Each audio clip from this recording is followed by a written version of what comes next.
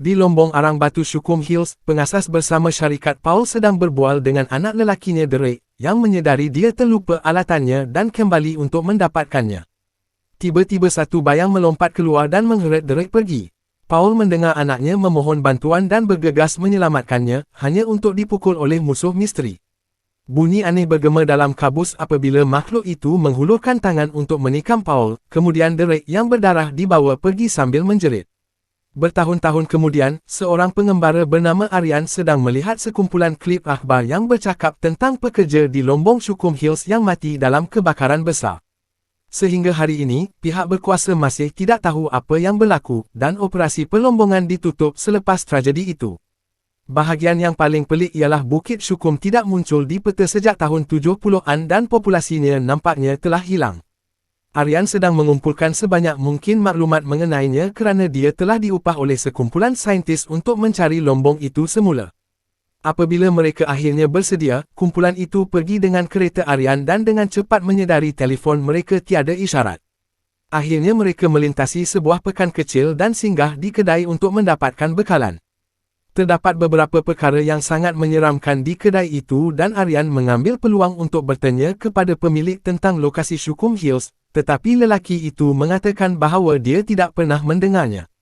Apabila Aryan terus menekan untuk mendapatkan maklumat, dia memberitahunya untuk kembali ke tempat asal mereka. Aryan pergi tanpa membeli apa-apa dan seorang lelaki tempatan yang mendengar perbualan membuat panggilan untuk melaporkan ada masalah datang. Ketika kumpulan Aryan cuba meninggalkan bandar, sebuah kereta mula mengekori mereka. Aryan memecut laju untuk cuba kehilangannya, dengan pantas membuatnya keluar dari bandar dan masuk ke dalam hutan.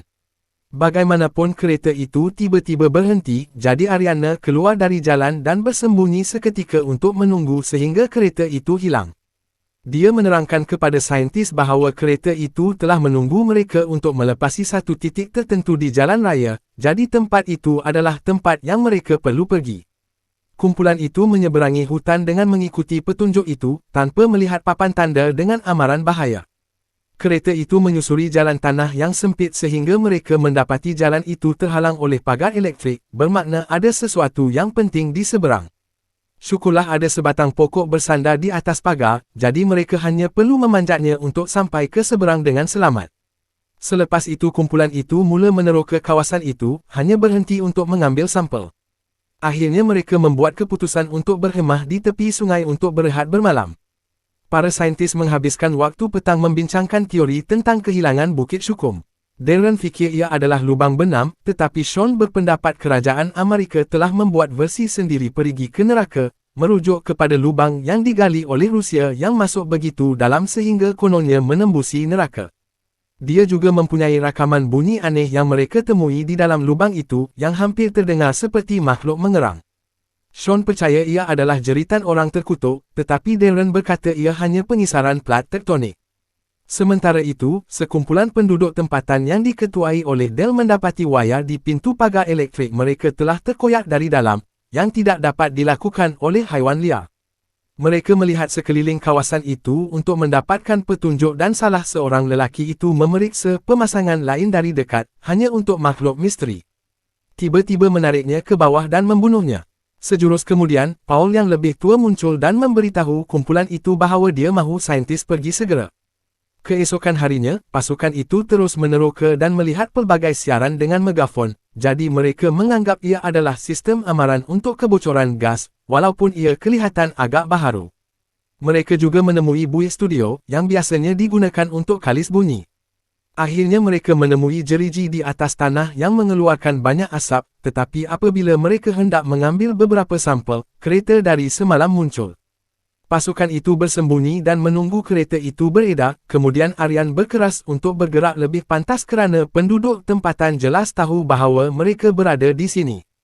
Selepas banyak berjalan, akhirnya mereka berjaya sampai ke Bukit Sukhum. Bangunan-bangunan itu dipelihara dengan baik, tetapi tidak ada seorang pun yang kelihatan. Mereka mula merakam semasa mereka memasuki rumah rawak dan melihat lebih banyak asap, menyebabkan mereka tertanya-tanya sama ada gas dari lombong adalah punca kehilangan penduduk bandar itu. Tiba-tiba Aryan membuka pintu belakang rumah dan menemui kawasan pelombongan. Para saintis sangat gembira kerana telah menemui bukti cerita itu dan mereka bergegas ke sebuah lubang besar di atas tanah yang telah ditutup dengan jeriji elektrik. Selepas memotong wayar, mereka mula bekerja untuk mengeluarkan jeriji, mengabaikan amaran Aryan tentang potensi bahaya. Kemudian mereka menurunkan pengimbas ke dalam lubang, tetapi mereka tidak mengumpul sebarang data sehingga ia mencapai bahagian bawah. Nampaknya lubang itu mempunyai banyak logam nadir tulen yang dikenali sebagai antrasit, tetapi semasa para saintis meraihkannya, Terry mendengar bunyi aneh yang tiba-tiba menjadi jeritan dan menyakitkan telinganya. Dia menanggalkan fon kepala dan membuatkan semua orang mendengar bunyi pada pengimbas, tetapi tiba-tiba dia terpijak tali dan diseret ke dalam lubang oleh kuasa misteri. Ketika Terry berdarah dan menangis meminta pertolongan, Aryan menyediakan peralatan memanjat dan turun ke dalam lubang bersama Jaime. Mereka sampai ke bawah dengan selamat dan melihat sekeliling, melihat bayang misteri yang bergerak dalam kegelapan. Aryan bimbang tentang paras gas, tetapi Jaime enggan meninggalkan Terry. Pada masa itu, Del tiba dengan senapang patah di tangan dan menjadi marah apabila dia melihat mereka telah mengeluarkan jeriji. Dia segera mula memotong tali, jadi Sean memukulnya untuk menjatuhkannya tetapi salah satu tali masih jatuh. Ini membimbangkan Aryan dan Jaime sehingga membuatkan mereka keluar dan memandangkan mereka tidak mempunyai isyarat untuk memanggil bantuan. Mereka tidak mempunyai pilihan selain pergi dengan kereta Del dan menghantar seseorang untuk menyelamatkannya kemudian. Kumpulan itu memandu melalui hutan, tetapi kereta itu berhenti secara tiba-tiba apabila ia tersangkut di celah di tanah, memaksa mereka meneruskan dengan berjalan kaki. Apabila malam tiba, Del bangun berhampiran lubang dan menggunakan radionya untuk memaklumkan rakannya tentang pelanggaran, tetapi pada masa itu, makhluk misteri itu membunuhnya juga. Panggilan Del mencetuskan penggera yang berbunyi di seluruh hutan. Kumpulan Aryan cuba bergegas, tetapi mereka mula mendengar bunyi aneh itu semula, yang serupa dengan rakaman yang dimainkan Sean pada malam yang lalu. Mereka mematikan lampu suluh semasa mereka menyelinap supaya Aryan boleh menggunakan penglihatan malam dan dia akhirnya dapat melihat raksasa itu, yang tiba-tiba menyerang kumpulan itu. Mereka gagal menembaknya dan mula berlari, tetapi malangnya Sean ditangkap dan diseret. Apabila makhluk itu terlalu dekat dengan Aryan, dia memukulnya dan berlari lebih laju untuk menyertai. Darren dan Jaime, yang telah menemui jalan raya dan berjaya mendapat perhatian sebuah truk yang dipandu oleh Elroy. Ketiga-tiga mereka naik ke belakang, di mana Shelby melepaskan beberapa peluru lagi untuk menghalang makhluk itu supaya mereka dapat melarikan diri. Beberapa saat kemudian mereka kembali ke bandar, tempat penduduk tempatan berkumpul untuk kecemasan ini. Shelby membawa mereka ke rumah selamatnya, tempat dia mengumpulkan semua jenis maklumat tentang raksasa itu.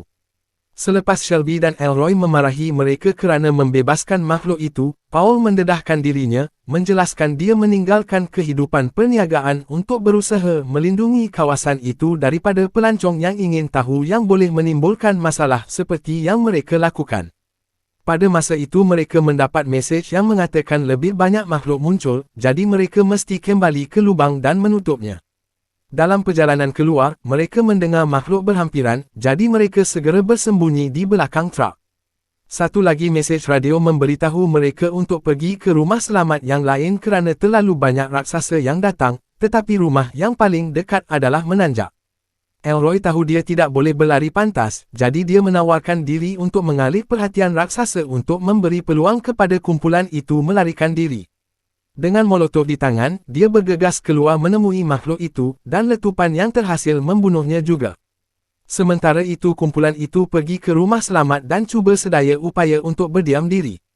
Walau bagaimanapun, terdapat raksasa betul-betul di luar tingkap, dan apabila radio Shelby membuat bunyi bising, makhluk itu membuat bunyi untuk memanggil sandaran.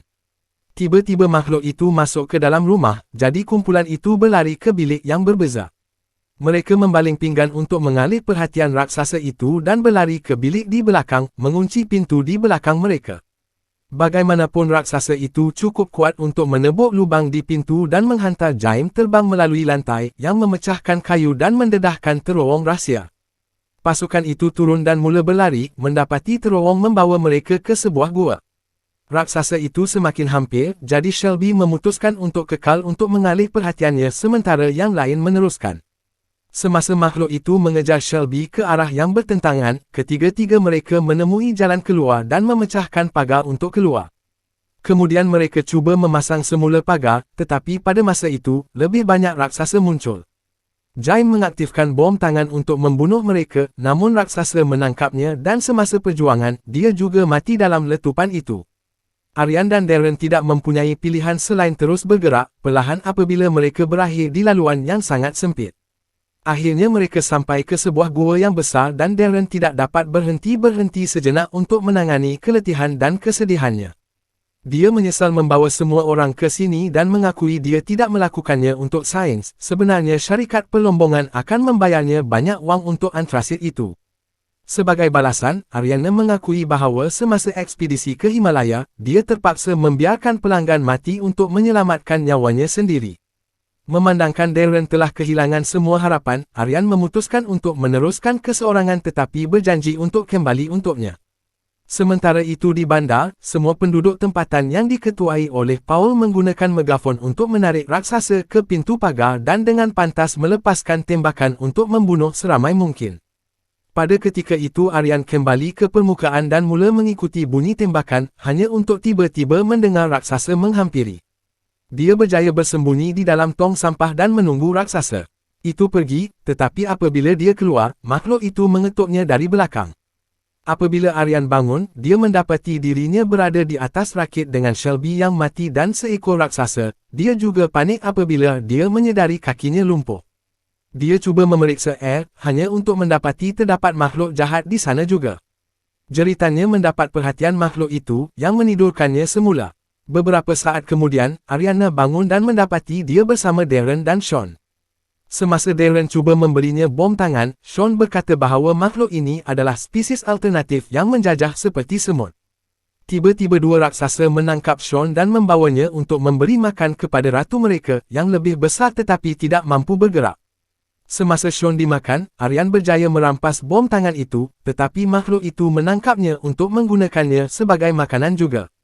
Nasib baik Darren mempunyai telefonnya dan mengaktifkan penggera untuk mendapatkan perhatian raksasa, memberikan Aryan peluang untuk melemparkan bom tangan ke dalam mulut ratu. Permaisuri cepat mati manakala Aryan dan Darren melarikan diri dengan raksasa mengekori mereka. Akhirnya mereka menjumpai tali yang menuju ke tanah dan Aryan dengan cepat memanjat, tetapi Darren lebih perlahan. Tidak lama kemudian seekor makhluk memanjat tali juga jadi Darren menikamnya dengan pisau, tetapi memandangkan lebih banyak raksasa akan datang, dia memutuskan untuk memotong tali itu. Darren meninggal dunia dan semasa raksasa memakannya, Aryan melihat penduduk tempatan tiba. Seorang lelaki hampir memutuskan tali, tetapi Paul menolaknya dan membantunya keluar. Kemudian penduduk tempatan menggunakan penyembur api dan senapang untuk menyimpan semua makhluk yang terkandung di dalam lubang. Selepas itu Paul memandu Aryan ke pintu pagar dan memberitahunya tentang kematian Derek.